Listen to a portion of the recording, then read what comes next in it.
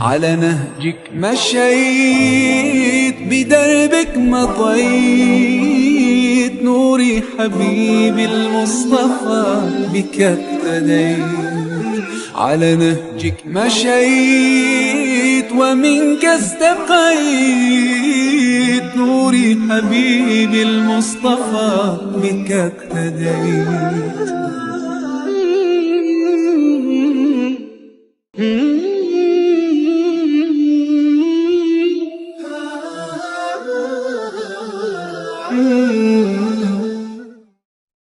الحمد لله رب العالمين والصلاة والسلام على سيدنا محمد وعلى آله وصحبه أجمعين ثم أما بعد. May Allah bless you for attending this virtual meeting, and may Allah subhanahu wa ta'ala combine us together in Jannat al-Firdaus, and before that inshallah on the plains of Arafah and in the company of our beloved Prophet Muhammad sallam on his house drinking from his blessed hand inshallah. Brothers, today inshallah we will be talking about planning for Ramadan. Ramadan is coming in a few days. Yes, so today is actually 15th and Ramadan is 23rd, 24th. So it's a bit over 1 week.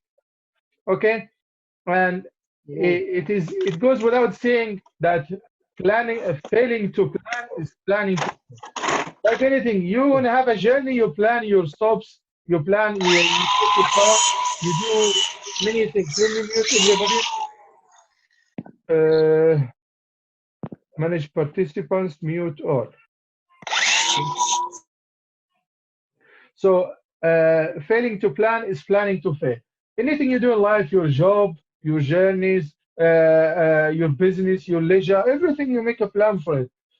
When it comes for Ramadan, it is not different. You need to make a plan, and a good plan, not any plan. Allah subhanahu wa ta'ala will make things work for you when you plan for them.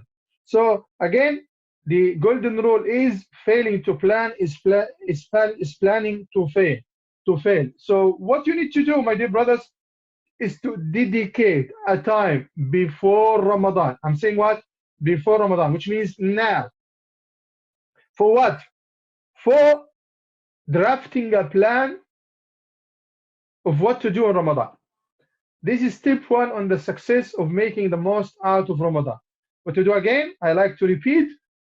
Dedicate a good time now on making a plan for Ramadan, and keep for example, you finish the plan today, keep revising it and improving it every day until you get the best plan that you can achieve. And every time you look at the plan, every time you come to draft or redraft the plan, remind yourself that you're making this only and exclusively for the sake of Allah subhanahu wa ta'ala. So you're not doing this to achieve any worldly benefit, only to achieve the benefit of being connected with Allah subhanahu wa ta'ala and getting the maximum reward from the month of Ramadan, inshallah. So again, the planning, and every time you do something or you plan something, renew your intention and make it exclusively for the sake of Allah subhanahu wa ta'ala.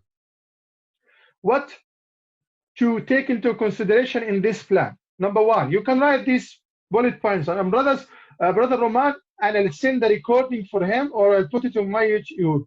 So please leave your number or your contact details with Brother Roman, who will send you the recordings of these short talks, inshallah. I'll leave his mobile number after I finish the talk, inshallah. So the first thing that you take into consideration is that the written targets are usually better achieved than the ones that lie only in your head. So I'm going to do a Ramadan, this and that, and you'll forget, or you'll take it too lightly. But when it is written, and when you come and take yourself into account, this is plan one. This is what I should have achieved by the first day, the first week, the first night. Have I achieved it or not? So have a written plan. Why? Because written plans are very widely known to be better achieved than the ones that are oral or that lie only in the head. So what to do? Write down, and I repeat it, write down what you are planning to achieve in Ramadan. This is step number one. Step number two, measurable targets are better achieved than the generic or the general ones. What do I mean by this? Something that you can measure. So for example, you say, I'm going to pray 21 rak'ahs every night. or I'm going to read 20 pages of the Quran, one juz every night. Don't say, I'm going to read as much as I can of the Quran. I will pray as much as I can. As much as I can means too little. And every day there'll become another excuse. So make it written down and make it measurable. Everybody knows their abilities. So what to do? Define measurable targets and do not make everything general, or don't make anything actually general. So again, I'm going to finish the Quran 3 times in Ramadan. That means I have to read 3 juz every day. I'm going to finish the Quran once in Ramadan. That means I have to read, if you're using the Medina version of the Quran, I have to read 1 juz every night. And 1 juz, how many pages? 20 pages. You can simply divide this over very little after each prayer. How many prayers do you have a day? 5. Okay? So if you're reading 1 juz in the Quran in every day, then it means you finish the whole Quran in Ramadan by reading. Okay? One thing you can do simply is, okay, I need to finish 20 pages. If I divide 20 pages over 5 times after every prayer, or let's say half of this 20 pages over 5 prayers, 4. Okay? You can read 4 pages of the Quran after you finish each prayer. Basically, someone with my speed or someone who's fluent in reading the Quran, for 4 pages, you need exactly 5 to 6 minutes to finish them. Okay, someone will take longer. Whatever, the Prophet says, those who read the Quran and they are fluent in its recitation, they will be with the dignified and honorable angels. And those who read the Quran and find it hard and keep stumbling and struggling in reciting it, they will get 2 rewards. The rewards of trying to read the Quran and the reward of finding it hard and difficult. So it's a win-win situation. Simply have a plan, make it written, make it measurable. So I'm going to finish the Quran once in Ramadan. Okay, so I need to read 20 pages. Maybe if you sit 1 hour, 1.5 hours in a room, isolating yourself, that will be extremely difficult for you. Your wife, your kids, someone will ring the phone, something will happen. Okay, we'll come to this later. But an easy way of doing this, again, 5 daily prayers, 1 juz, 20 pages. That means after every prayer, you read just 4 pages, which take on average, because many of us cannot read the Quran fluently, 10 to 15 minutes. Is it that too much? No. Okay, you can divide it 2 pages before the Salah and 2 pages after the Salah. When you can't achieve it, for example, and you're praying at home, if you're not praying in the masjid, then you can read, for example, half a juz after or before each prayer, and in the Taraweeh you read the other half. So find out the way that works out for you. Okay? Also, try to be, I'm saying 2 things that will seem contradictory, but they are not contradictory. Try to be optimistic, or try to increase your ambition, which means what? Which means, my dear brothers, you know that you can finish, even though it's a bit challenging to you, you can finish in Ramadan the Quran twice. So, and this is the maximum you can do. Okay, make this as a target for you. If this is your target and you try hard to achieve it and you achieve it, you will get what you have planned, and only a reward that is only known to Allah subhanahu wa ta'ala. If you fail to achieve it, then at least with the good intention and the hard work you have put behind it, still Allah will give you the reward. But I'm not saying be extremely ambitious or go beyond the logic, no, but try to be ambitious. You know, for example, you can run or you can walk 1 mile a day, for example, within 20 minutes. So next time you say, I'm going to eat 1.5 mile or 1.25 of a mile within the same 20 minutes, increase a little bit over your normal capacity, try to achieve it. Otherwise, you will not improve. So again, if you achieve what you are planning to do, alhamdulillah. If you don't achieve, Allah will give you the reward for the intention and for trying. However, the second point, or the next point that I want to make that seems contradictory with the previous one, is that try to define your weakness points And upon defining it, define only a number of your weaknesses to work on Ramadan, in Ramadan. How's that? So I'm not really good in praying Jama'ah. Obviously, during the lockdown, that's not going to be applicable. I'm not really good in connecting with Allah subhanahu wa ta'ala and saying the morning and evening afkar. I'm not really good about connecting with my relatives. I'm not really good in reading a daily part of the Quran. I'm not really good, wallahi, I'm so addicted to the TV and I waste a lot of time. So these are so many weaknesses that many of us have. So try to define the major ones and let's say pick a number, 5 or 7 of them, and try to work on it in Ramadan. Be reasonable. Don't overload yourself. So if you finish these 5 in Ramadan, alhamdulillah, you have adjusted them properly. Then inshallah after Ramadan try to work on more. Next Ramadan try to define 5 or 7 of these to work on inshallah. So define a few issues that you are not good at and try to improve in these few issues. Again, you can take as a suggestion 3, 5, 7, 9. Make it odd number. May Allah subhanahu wa ta'ala make it easy for us inshallah. Also, my dear brothers, Ramadan is the month of the Quran. Yes? Allah, when He spoke in Ramadan, about Ramadan in the Quran, Surah Al-Baqarah, He said, شهر رمضان الذي أنزل فيه القرآن هدى للناس.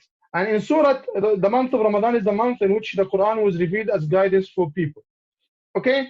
That is one thing. The second thing is, Allah subhanahu wa ta'ala says, when He spoke about Laylatul Qadr, which is the best night in the entire year, and in the month of Ramadan, He defined it as what? إِنَّا أَنزَلْنَاهُ فِي لَيْلَةِ الْقَدْرِ. The first ayah in the surah says, we have revealed the Quran in Laylatul Qadr. So Ramadan is the month in which the Quran was revealed, and Laylatul Qadr is the night in which the Quran was revealed during the month of Ramadan. That's great. So what is this all about? This is all about the month of Ramadan being the month of the Quran. So the best thing that you can do in Ramadan, after fasting, obviously, or together with fasting, is connecting with Allah subhanahu wa ta'ala through the Quran. One of the scholars says, if you want Allah to talk to you, then read the Quran. If you want to talk to Allah, then go for prayer. So you have always a connection with Allah subhanahu wa ta'ala. You can always read the Quran. And by the way, it's not only when you're sitting in a room and reading the Quran. You're driving for half an hour, for 2 hours. Why not keep reading the surah that you know by heart? Why, if you can't, just at least run the Quran CD or from your mobile on your car speaker and listen to it. You can always be connected. Keep saying the dhikr that you know. You don't have to read the whole Quran or the thing that you don't know because you're driving. You cannot look at something, for example. Keep reading what you know. That's all a treasure of hasanat that is being given to you. You know the reward reading every letter of the Quran is 10 hasanat. And remember, one word, which is average in Arabic, of 5 letters, you earn 50 rewards from Allah subhanahu wa ta'ala. So if you read, for example, one juz a day, you may end up earning billions of good deeds. If someone converts this into pence and say, I'll give you half a penny for every letter you read, people will keep reading the Quran 24/7. Why? Because you're going to have earn 50 people every 100 letters that you read. Allah subhanahu wa ta'ala is again telling you, for every 100 letters, not words, 100 letters that you read, because only one sentence has 100 letters. So for this, you will get 1,000 reward of good deeds that you will need the most on the day of judgment. So what to do? Make most of the Quran during the month of Ramadan. We have so many distractions, particularly our phones, our gadgets, our devices, our families, our work, our business. Yes, my dear brother, I understand that you have to attend to all of this. Alhamdulillah. However, you need to, same way you dedicate time for everything, dedicate time for isolation and for seclusion with Allah subhanahu wa ta'ala. So, let's say I'll pray Zohr at 2 o'clock or at 1 o'clock. Okay? And then this hour before Zohr or hour after Zohr, can be Asr, can be Maghrib, can be Isha, any time, but Maghrib obviously will be busy with the iftar. So I will sit down, I lock myself in a room, no children, no kids. I will leave my phone outside. I'll hold a half copy of the Quran and keep reading the Quran for this 1 hour without any interruption. I will switch off my phone or leave it outside, tell my wife in case no interrupt, go in the room except my room. I'll stay this 1 hour, 1.5 hours, these 2 hours, whatever Allah gives you the ability to do, and keep reading the Quran and connecting with Allah subhanahu wa ta'ala. So how to approach the Quran? You'll find some people saying reading the Quran, even if you don't understand it, is virtuous by itself, so try to read as much as you can. Some others will say, no, you need to read it with understanding. This is the main point. So reading with understanding one verse is better than reading without understanding one surah. So to combine both views, you don't have to incline to this view or to this or to the other view. Simply, my dear brother, do what? You divide the Quran or your approach of dealing with the Quran into 3 parts. For example, one part, read as much as you can without understanding. Because obviously, without reading the tafsir and going here and understanding the English translation, that you will achieve a lot more. So read, for example, I'm going to read 5 pages without understanding, for example, or 10 pages. And then out of these 5 or 10 pages, I'll read again with translation or with tafsir. That is the second third. So the first third, you're reading, let's say you're spending 1 hour, 20 minutes on reading, let's say 10 pages without understanding, and then spend another 20 minutes on reading, say, 5 pages with translation, basic understanding of the meaning. And the other 20 minutes or 15 minutes, you can increase or decrease any portion of this for memorizing. Try to memorize. I know, yes, I know Qul Huwallahu Ahad, Qul A'udhu Birabbil Falaq, the last few surahs. Give a little bit of your time for memorization as well. Try to memorize or to polish some of the memorization that you have learned, learn some rules of tajweed, etc., inshallah. So these are 3 ways of approaching the Quran. One portion of the time dedicated is for recitation without understanding. Another portion is for recitation with understanding or reading tafsir. The third portion is for memorization. Obviously, these are all suggestions. You can take or leave some or all of these. Not all of these, obviously. Take some or 1 or 2 of these. Okay. ليتك دوما قريب